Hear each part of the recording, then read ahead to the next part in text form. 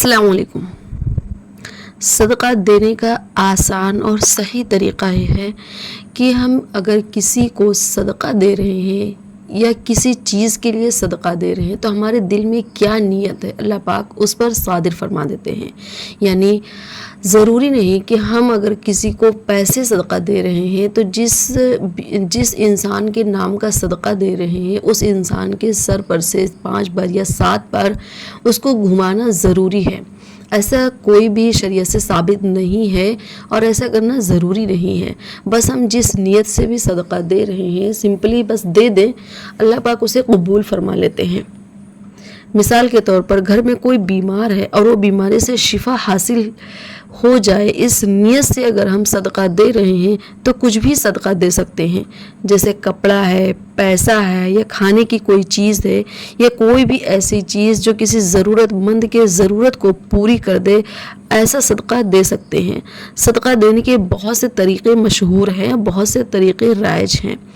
अक्सर ख़वातीन को देखा गया है कि जब वो किसी के नाम का सदका देती हैं, यानी अगर वो ख़वातीन अपने बेटे का नाम का सदका देती हैं तो ये रिवाज उनमें आम है कि अगर पैसा दे रही हैं या कोई चीज़ दे रही हैं तो उस चीज़ को या उस पैसे को अपने बेटे के सर पर से 3 बार, 5 बार, 7 बार घुमाएंगी, उसे उवारेंगी, फिर ज़रूरतमंद को देंगी। ये गलत है।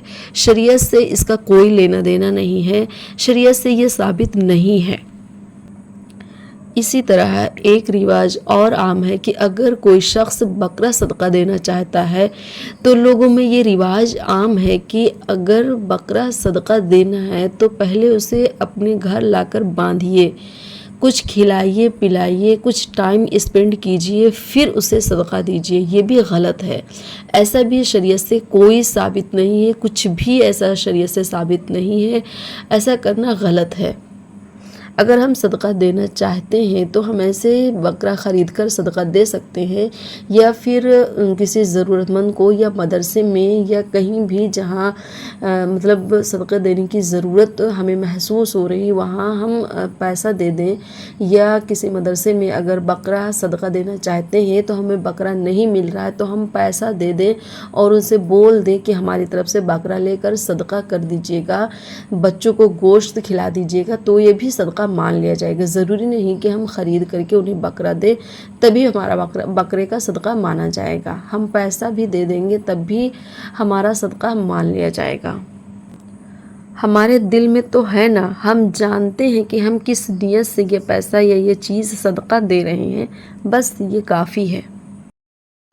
एक तरीक़ा ये सुनने में आता है कि अगर कोई शख्स बीमार है और उस बीमारी से शिफा पाने के लिए हम सदका दे रहे हैं तो लोगों में ये रिवाज आम है कि उस पैसे को पहले तकिए के नीचे यानी उस बीमार शख्स के तकिए के नीचे रखेंगे, फिर दूसरे दिन उस पैसे को सदका देंगे।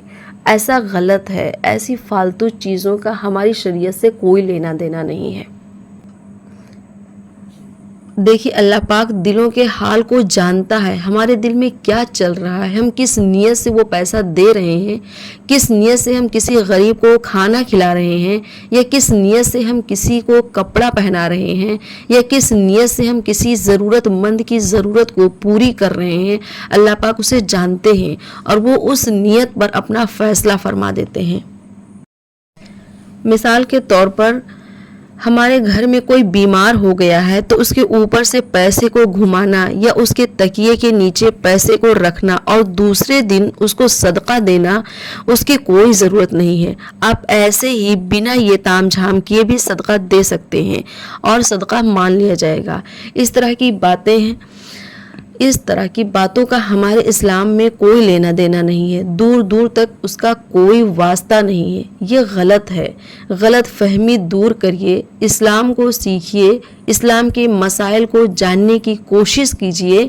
किसी भी काम को सिर्फ सुन के ना करिए, उलमा से मालूम कीजिए, उनके बयानात को सुनिए, मसले को जानने की कोशिश करिए और शरीयत में नई चीज़ों को ईजाद करने से बचिए।